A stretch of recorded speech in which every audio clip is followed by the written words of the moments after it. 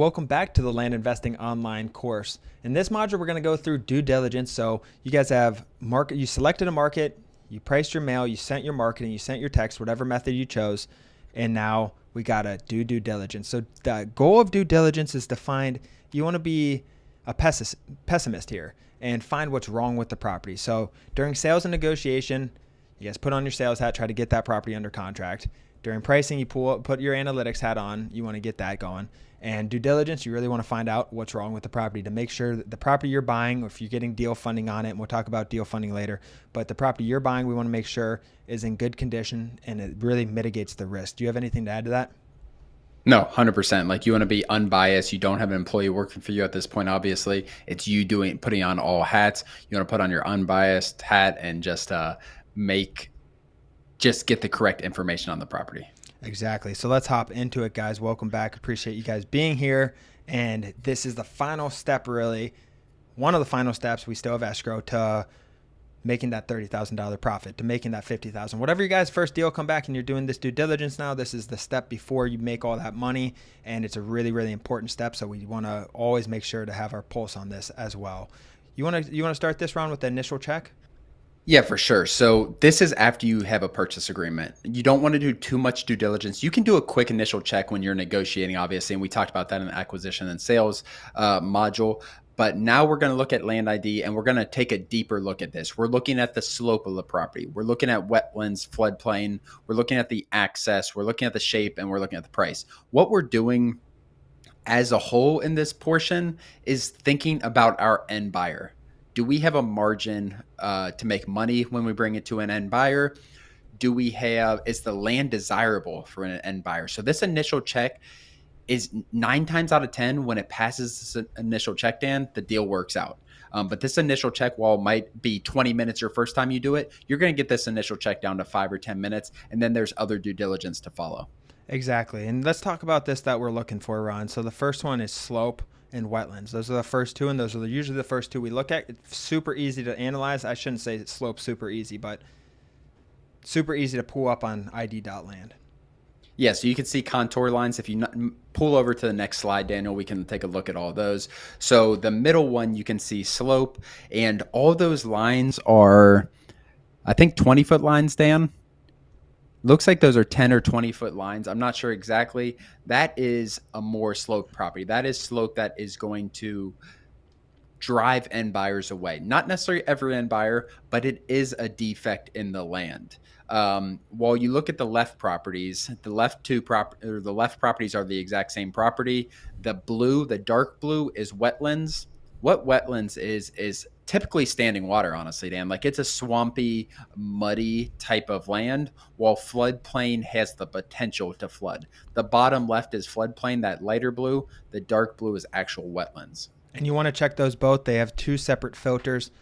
You can have a property partially in a wetlands and partially in a floodplain, or even certain areas they have buildings and flood zones all over the place. So you want to look at your neighboring properties, see what's going on there. But if your property is 100% wet, this darker blue, that's a big, big, big red flag and a deal killer as well. So that's the first thing you want to check. But that being said, say this back right. So this is the road over here to the left. Say this back right was in a wetlands and all this front was dry. No wetlands, no FEMA flood zone, nothing like that. Then that property you can still either negotiate down or still do the deal. So it really depends. Just because it's in a wetlands, partially or flood zone property is not a deal killer. For this property, absolutely. This deal is dead. But if it was partially in it, or a corner of it, or a little bit at the front, it's really scenario by scenario. But this is an extreme example because it's all in a wetlands. Absolutely. And none of these are going to kill a deal. Not most of the time, these aren't going to just kill a deal immediately. You have to look at the land by itself. Every piece of land is different. Looking at the land by itself, and then the picture on the right, Dan, that's very, very quality land. You have amazing road access on that road, 20-mile road. You have a little bit of cleared area at the front. You have a little bit of sloped area at the back with woods. That is A+ land. You do not need A+ land to make money in this business. But that being said, I want to give you guys a good picture of what A+ land is, and that is it. And so this slope on ID.land, these yellow lines are 20 feet apart. So for every from this line right here, the front one, to the second one, that's a 20-foot slope going up. This is very, very, very sloped. There's a tool on id.land. It's a measurement tool. You can measure from the front to the back and then count the amount of feet in between and kind of get a percentage of slope. In general, 10 to 15% you can be okay in the clear, but once you start getting above 15%, you start getting very, very sloped, and you want to make sure there is a building spot. So you might have the front of your property like this on the right, completely flat, right? That's beautiful, beautiful land in the front. And then at the back, it kind of slopes up. That doesn't matter. This is like recreational, their backyard. They're going to be hanging out, hiking up here, just messing around, having a good time. And their house is going to be somewhere in this flat spot. And that's what you want to make. So this property right here on the left is completely sloped throughout the whole thing. It doesn't look like there's going to be a great spot to build on this specifically. And there's a few ways we're going to talk about confirming the slope and looking at all those things, but it doesn't look like there's a building spot. If this front left was really flat or something like that, then I'd maybe change my mind. But that's really what you want to make sure is that there's a buildable spot in here. Yep. You want to talk about the continued due diligence, Ron? Yeah, let's pull up the due diligence checklist, Dan. So this is the due diligence checklist. You guys can, it's linked below this video, so you guys will have access to this. So a couple of things with this due diligence checklist. So deed received. Deed received is the first thing you want to do once you have passed your initial check. So we have initial check, and now we have okay, now we need to do some due diligence, make some phone calls. So you get the deed. What you want to confirm, the person who signed your purchase agreement is the person on the deed. If they are not, you need to dig into that situation. Going below that, Dan, we have legal access and physical access. That is just road access. If it does not have physical road access, you can try to see if they have a plat or a survey, and there could be legal access. That's getting a little higher level, so I don't want to get too much into that. And then we have zoning and restrictions. Zoning, we want mobile home friendly lots. We don't want restricted lots. Ideally, we have very unrestricted lots. We're in rural America. People don't want restrictions. They don't typically want HOAs. And then going into setbacks, Dan, you have front setbacks and you side setbacks. That's basically how far off the road you need to be where you can build. So it doesn't matter on most parcels, but there will be times when you need to be 50 feet off the main road because it's a faster moving road. And if it slopes up after 30 feet, there's no building spot. Where if it was a 5-foot setback, you might be able to fit something in there. And then utilities down there. You have electric, water, sewer. Most of our properties need a well and septic. If you guys live in a suburban area, you probably don't have a well. I don't know. You might have a well and septic. You might not. Most people have city water. But that being said, most of our properties in rural America are going to be well and septic. You do want to make sure electric is available. Yes, available, not on site. There's a difference. You do want to make sure it's available. You're going to have to spend, the future buyer will have to spend money to get it there, but it's in the area. You want to make sure it's in the area and able to get. And then the last one down there, any soil tests. So you just call the county and you just ask them if there's any soil tests on file, previous soil tests for this parcel. It's not a deal killer. Most of the time it's going to be a no, nothing's on file. But if something is on file, having that information is very key. Let's pull back up the Google slide, Dan. And that's what you guys want to make sure too, the physical access aspect. So this property on the left has it because it's on a road. Obviously has it. It's on a road. This property here is on a road as well. And this property on the right is on a road. And that's what you want to make sure, that these are all on a road. Or if it's not, you want to make sure there's access there through a dirt road or a easement going back. We're not going to get too much into that, but that's what we're looking for physical. Yeah, and then like I said, so this kind of slide helps you. So where you're going to find this stuff. Verify ownership. You're going to call the county, get the deed. Plat and survey, which I didn't talk about as much on the checklist. You're going to call the county, see if they have a plat, see if they have a survey. It's going to help confirm acreage, help confirm the shape. ID.land should give you the shape and the acreage, but it's not always 100% correct. So seeing a plat or survey, and it's going to also help you sell the property on the back end. Like I talked about, restrictions, zoning, that's going to be the county zoning office. If it is in city limits, you want to call the city as well. And then utilities, sewer, water, electric. County should be able to tell you about water and sewer. Typically, electric, you might need to call the electric company. Yep, exactly.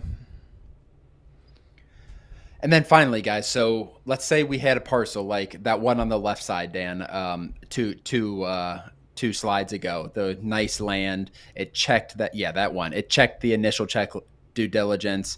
It checked off all the due diligence, calling the county, deed, everything like that checked off. So now we're going to our final step.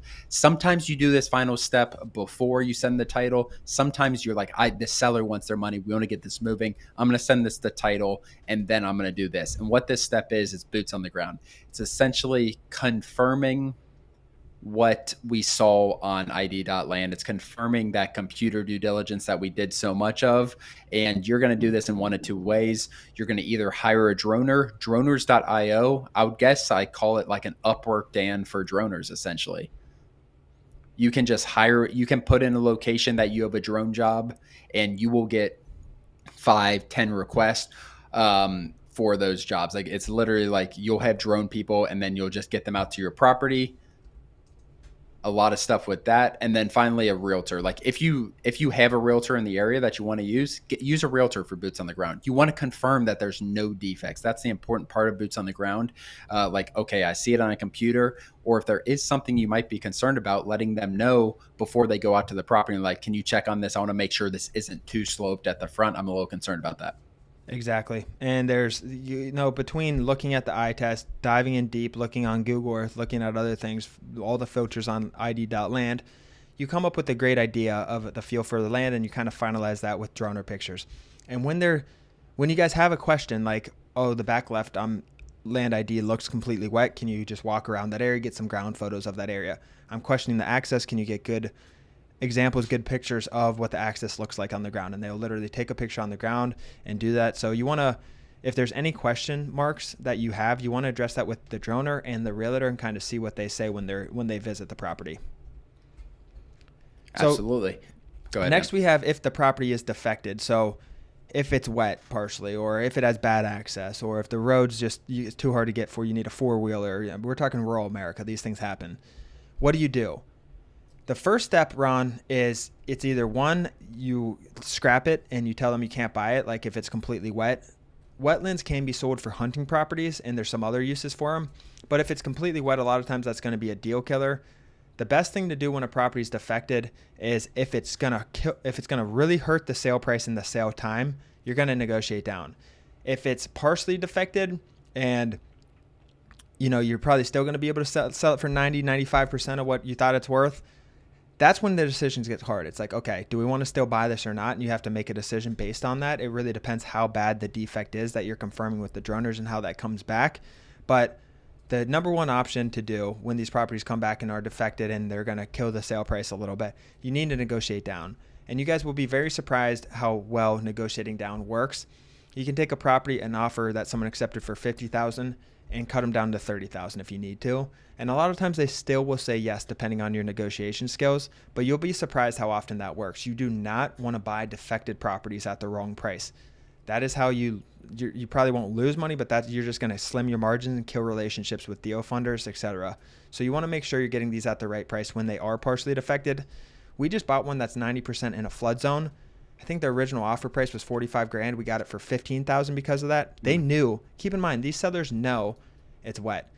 They know it's sloped. They know the defects a lot of times, and you can use negotiating skills to talk them down. And we got that property down from $45,000 to $15,000, and we bought it. And now it's listed for the appropriate amount because when a property is defected, you need to undercut the market to be able to sell it because there's going to be less buyers at market value. They're going to say, why would I buy his 10 acres that's 3/4 in a wetlands when I can buy this other person's 10 acres when it's completely dry and nice? Absolutely. To kind of wrap this up, Dan, you make money, guys, by saying no to properties more than saying yes, honestly. Like, you being able to pass due diligence is an unbiased thing. Like I've said multiple times, like you being able to say no to a deal or like just sticking to your guns when you're trying to negotiate down because due diligence came back and it did not clear due diligence to your likelihood, and it did not clear due diligence. That's when you just got to stick to your number. But anything to add, Dan? No, I think this is good, guys. I'm personally have more of a salesman mindset, and I want to make things work. Due diligence is something you guys have to put on your hats and find out what's wrong, because we're going to talk about deal funding we did in the first module, where you literally send us your property and we'll fund 100% of your guys' property. Submit it on our website. But you do not want to screw us or any other deal funders over, because then you'll get blacklisted and people won't want to work with you. You want to give them good deals and have a great relationship. You'll get cheaper money over time. So this part is just really, really, really essential to the business. One, it will speed up your time of sale. The buyers are going to say, hey, can you send me the old deed on this? Can you send me the old plat map? Do you have a survey? They're going to ask you all these same questions. Finding it up front just makes your life easier and mitigates any risk. That's all, guys. As always, thank you for joining this free course. We really appreciate it. If you guys have any questions, let us know, and we look forward to seeing you guys in the next module. Thanks, guys.